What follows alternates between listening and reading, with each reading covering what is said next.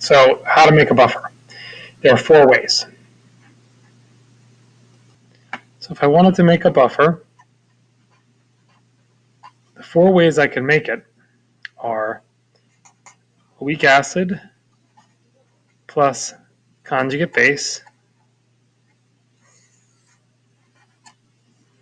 and the converse of that is a weak base and its conjugate acid. Now, I can also start with a weak base and add a strong acid. All right? Or start with a weak acid and add a strong base. All 4 of these will make a buffer. Now, these bottom 2 ones, you don't want to overpower your base or your acid, meaning if I've got 1 mole of weak acid, I'd add like half of that, the strong base, and I'll show you what I mean in a second. But you want to like pay attention to stoichio, and I spelled that wrong. Pay attention to your stoichiometry here. You're not trying to neutralize your weak base. You're trying to create something, and I'll show you. All right, here we go. If I've got a solution of acetic acid, HC2H3CO2, all right, I want to make a buffer. What do I want to add to this? Well,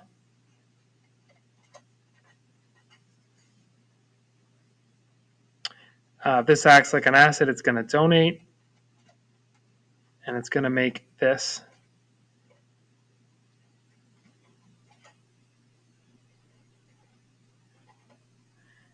This is the acetate ion. So I'm going to add a salt, an acetate salt. What would that salt be? Well,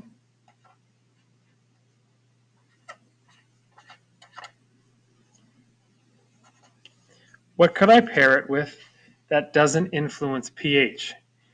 Any group 1 element come to mind? Any like lithium, sodium,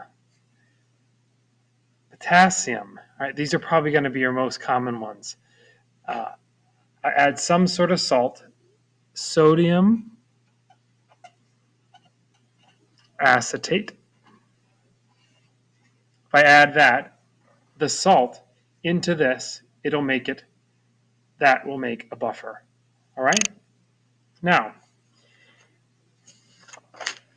that is this way. All right? Now, another way, if I've got this acetic acid,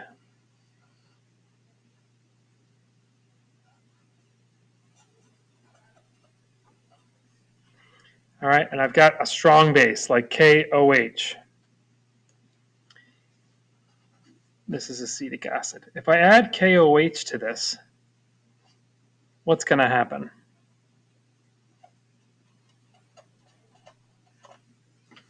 Well, this would dissociate immediately, or already be dissociated, and it's going to make this. So now I've got a strong base in the presence of a weak acid. So what's going to happen? This is going to make water and acetate ions. All right? That would be plus, no, negative, sorry. Now, here is my conjugate base. Here is my acid, my weak acid. That will give this solution a buffering quality.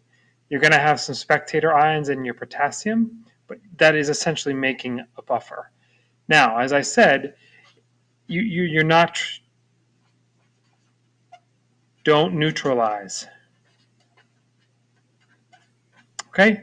If I've got, like I said, 1 molar, I'd add like 0.5 moles. Or I'd add, if I've got, if I get equal concentrations, like this is 1 molar, and this is 1 molar, and this is 500 milliliters, I'd add like 250 milliliters. That will essentially create a buffer, all right?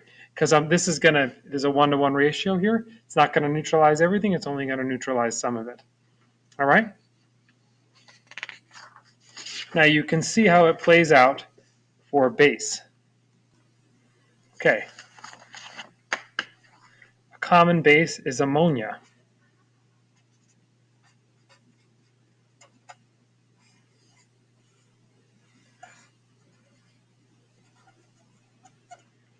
All right.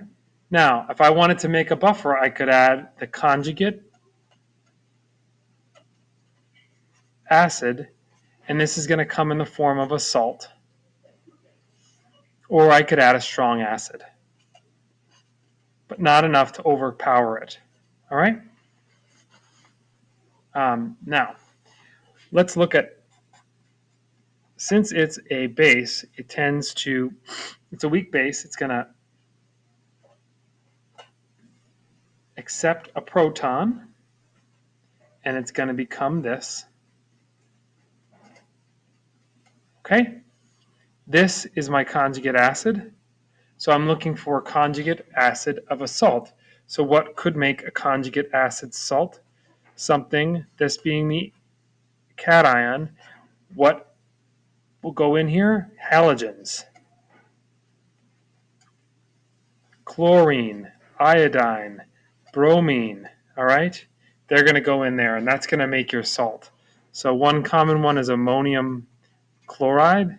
That's a common one I'm familiar with. If you add that to this, then I make my buffer. And the way I've already got this, and now I'm adding this to it to make my buffer. The third, and then if I add strong acid,